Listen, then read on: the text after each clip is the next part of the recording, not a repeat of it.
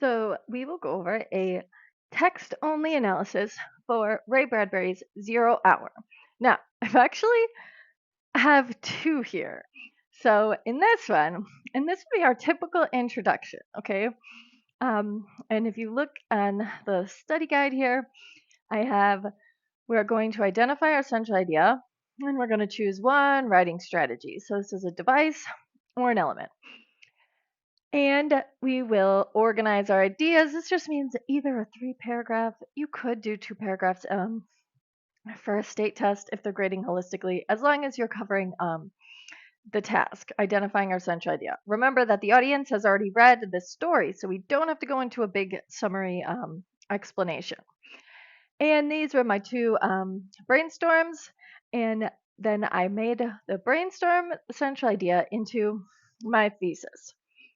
So, an introduction, I'm going to explain the author, title, date of publication, and some explanation of a summary when it comes to what I'm going to be talking about in my thesis, my argument. And I'll explain that. And then my body paragraph, I'll go over my evidence, specifically the element. And here is my work. So I have Ray Bradbury's short story, 0 Hour, was published in 1947, but continues to resonate with modern readers.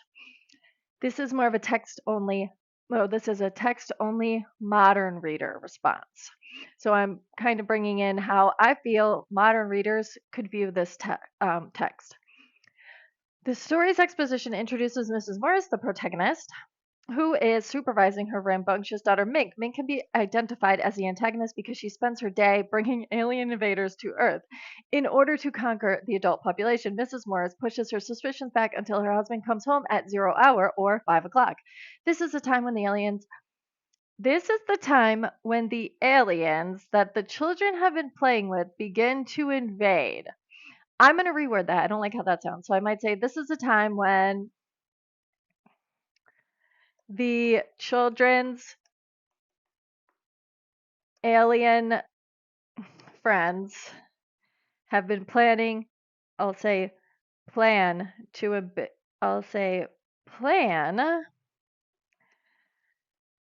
begin their invasion of Earth. All right, so made some on the fly edits there. Now I have, unfortunately for the Morrises, Mink's alien comrade is successful in invading Earth, which builds a central idea that predators will look to exploit the most vulnerable in a society. And then I'll go on to say that it's going to be built with the irony.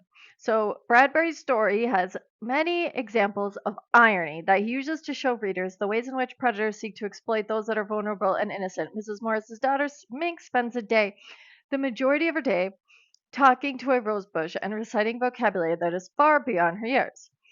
In the story's rising action, Mink even tells Mrs. Morris grown-ups are so busy they never look under rose bushes or on lawns. The irony continues as Mink explains that everything the extraterrestrials' enemies are plotting, and ends the conversation with, "Mom, I won't hurt you much, really." The irony of this dialogue is significant because it reveals how predators can use children's innocence against them, because adults may not believe the children are doing more than just playing a game. The story's resolution confirms the children's games were reality when the lock to the attic door melts. Mink, I'll say, proving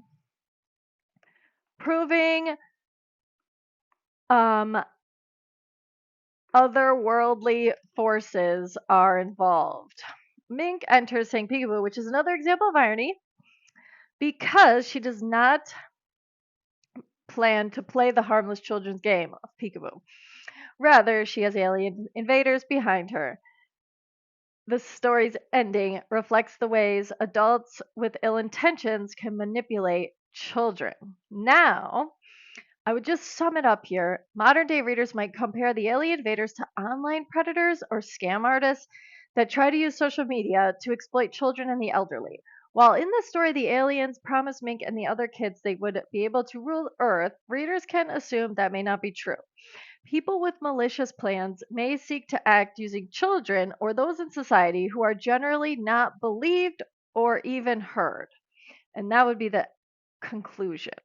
Now, I did another text analysis that I'll share, and you can also access. And in this one, it's basically the same, but I'm going to say here the neglectful parenting philosophy held by adults in the story has fatal results for humanity. Bradbury uses symbolism to warn readers of what can happen when adults in society become disengaged and indifferent to their children's lives. And I'm going to use the rose bush again, but I'm referring to the rose bush in this case as a symbol. And they symbolize the lack of supervision that all these adults have over their children. And I use the quote here. When Mink is informing her mother of the alien invasion, they even laugh about how the aliens joke that parents are so busy they never look under rose bushes or lawns. This statement made by Mink symbolizes the parents being too preoccupied with technologies, relaxation, and working to watch the children outside. Wait a minute. Let me make sure Mink said that. It was, that's her sitting down for the soup.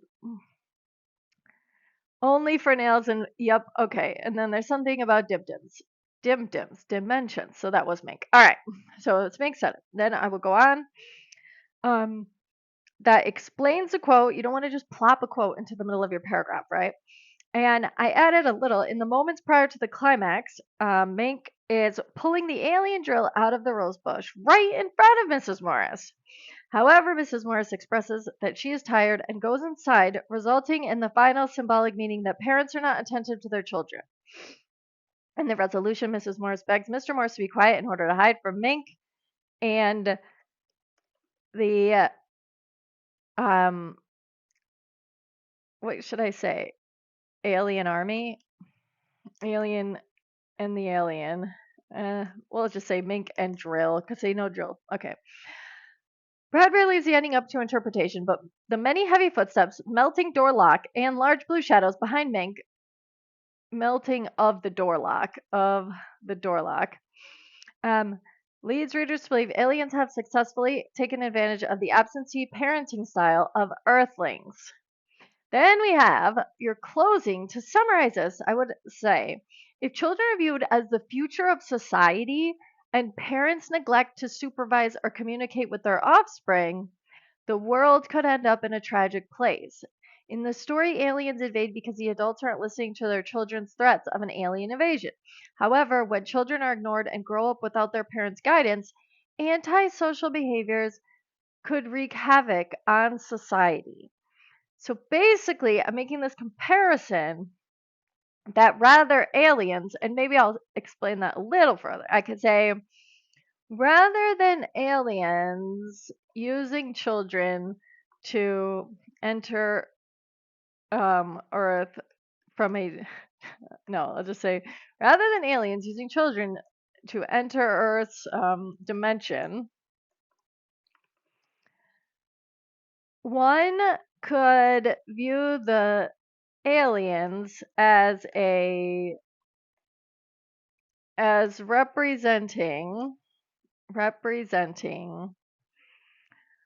all the ways we could say this would be like the children are all being ignored, and then they're going to grow up to be adults, and then they're really going to be a threat to these older generations. So we could say all the ways the neglected children could harm the existing adult population when they reach adulthood. So this could be like a precursor, or the aliens represent like a precursor to like crime, and also the aliens represent a precursor to crime, violence, and general unproductive human behavior. And that would be an example of a text only where I use symbolism. And these were very similar. And Symbolism, I would say, is easier to write about than irony. Irony can be one of the most difficult ones to write about because you really have to explain it, and you have to be confident in your ability to explain it. So, because once you know it, it's ironic because it's a child saying it, and children aren't supposed to say that. Or you could say it's ironic because they were telling the adults the entire story that they were going to do this invasion and hurt them and kill them, but the adults didn't believe them. That is irony. And that would be two text only analysis for 0 hour.